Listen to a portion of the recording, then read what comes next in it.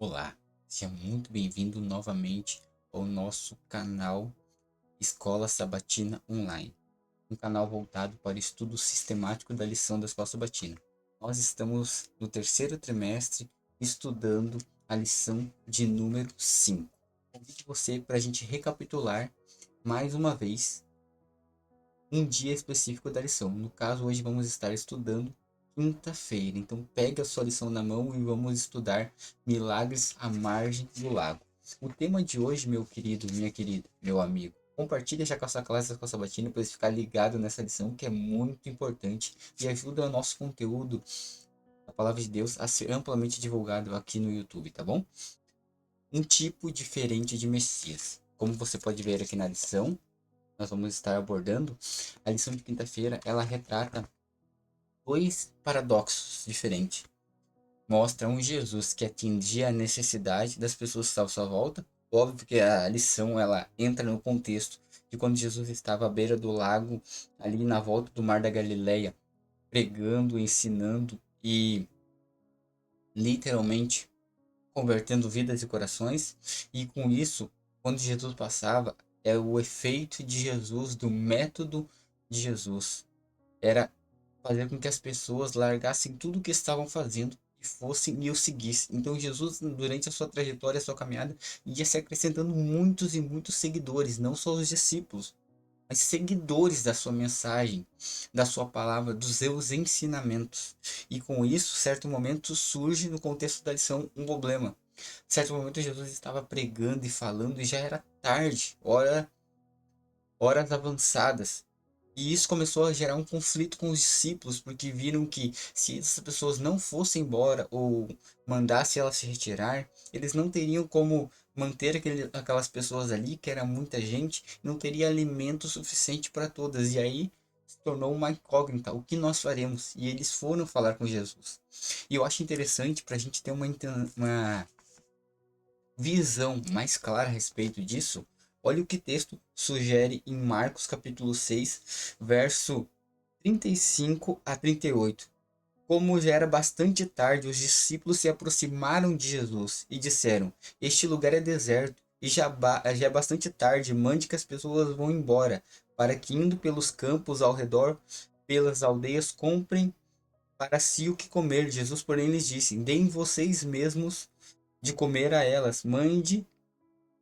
Eles, mãe de eles, disseram: Iremos comprar 200 denários de pão para dar ao de que comer. Então Jesus lhe acrescentou: Quantos pães vocês têm? Tragam e descubram. E eles foram e informaram a resposta: 5 pães e 2 peixes. E aí, nesse contexto, a gente se lembra do grande milagre onde Jesus transforma os 5 pães e 2 peixes em cestos cheios de alimento e alimenta aquela multidão. E é interessante que nesse contexto aqui, Jesus ele torna os discípulos colaboradores. Os discípulos, na visão humana, eles viam um grande problema ali e eles queriam se livrar daquele problema. Mas muitas vezes na nossa vida, tanto na vida prática quanto na vida espiritual, não basta colocar as coisas para baixo do tapete. As coisas precisam ser resolvidas. Aquelas pessoas estavam seguindo Jesus, estavam se alimentando espiritualmente, mas houve a necessidade de um alimento físico. E agora os discípulos teriam que participar, assim como o próprio Cristo, alimentando aquelas pessoas na necessidade. A primeira coisa que é apresentada na lição é um Jesus que se importa com as necessidades. É um Jesus que não somente entra na vida da pessoa dizendo: Eu te batizo, eu te transformo, você vai nascer para o meu reino, você vai ser uma nova criatura. Mas eu vou me importar com todos os detalhes da sua vida. A gente tem vivido num mundo, meu irmão e minha amiga, que hoje em dia é cada vez mais importante ter do que ser. Só que Jesus se importa com o nosso ser. Tem muita teologia vazia que fala do que Deus vai dar para você, mas poucos explicam o que Deus tem feito por você. E aqui a lição ela aborda claramente em todas as fases os passos que as pessoas seguiam Jesus. Jesus se importava com cada uma das necessidades, desde o menor ao maior ouvinte, ou desde a pessoa mais frágil à pessoa mais forte, do sustento básico, do sustento avançado. Era importante o bem-estar. Jesus se importava com as pessoas estarem bem. E em contrapartida também, a lição também apresenta uma visão um pouco errada ou no todo errada, de que muitos achavam que o Messias viria a ser um libertador, que iria montar um grande exército, queria ter homens e mulheres preparadas e iriam tomar o trono, o reino e, no caso, o poder de Roma e iriam subjugar pela força. Mas aqui muitos não entendiam que Jesus não veio trazer rebelião, não veio ser um libertário de Israel, dos escravos de Israel, do povo de Israel que era oprimido pelos governantes daquela época. Mas ele veio ser um libertador de escravos espirituais.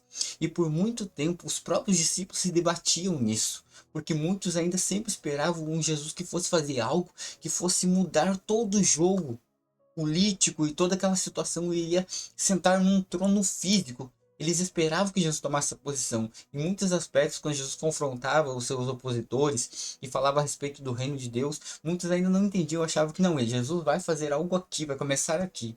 Eu sempre explicava que quem quiser ser o menor, quem quiser ser o maior, que seja primeiro o menor. E o reino de Deus, a sua justiça, não é um reino para agora, mas é um reino eterno. É o reino de Deus sobre a humanidade. Não que o Deus iria governar num trono humano, mas Deus iria governar no trono divino. E aí nos mostra outra coisa importante, a visão que nós precisamos ter a respeito da obra de Jesus. Nós temos vivido num mundo também que tem desvirtuado cada vez mais as coisas sagradas. Para muitos hoje em dia, as pessoas têm buscado um Jesus que oferece tronos, palácios, dinheiros, fortunas, que tem oferecido bens, porque muitos estão acostumados com o Jesus da bênção, mas poucos estão buscando o Jesus que abençoa, o Deus abençoador, buscando viver e conhecer esse Jesus. E você parou para pensar que os mesmos dilemas, ou os mesmos questionamentos, ou dúvidas que alguns discípulos tinham a respeito de como seria o governo de Jesus, e se Jesus, o Cristo, tomaria a força, e como estabeleceria esse reino que ele faria. Será que não é o que eu e você talvez hoje precisamos entender e também colocar em nossa vida? Quem é Jesus na minha vida? O que ele tem governado? O que eu tenho permitido que ele governe? E o que eu tenho feito para que ele seja o governante, seja o dono e seja entronizado no meu coração? Pense nisso. A lição nos mostra visões diferentes do mesmo Messias. Só que lembre, nós podemos ver Jesus de várias formas, mas Jesus é o mesmo ontem, hoje e sempre. Que Deus te abençoe no estudo dessa lição. Vou orar por você e pela sua vida agora. Senhor Deus, abençoe a vida desse ouvinte que ouviu essa mensagem. Que essa palavra crie raízes profundas no seu coração e transforme para o teu reino. Por Jesus. Amém. Até um próximo vídeo aqui do nosso canal. Fique com a paz de Cristo.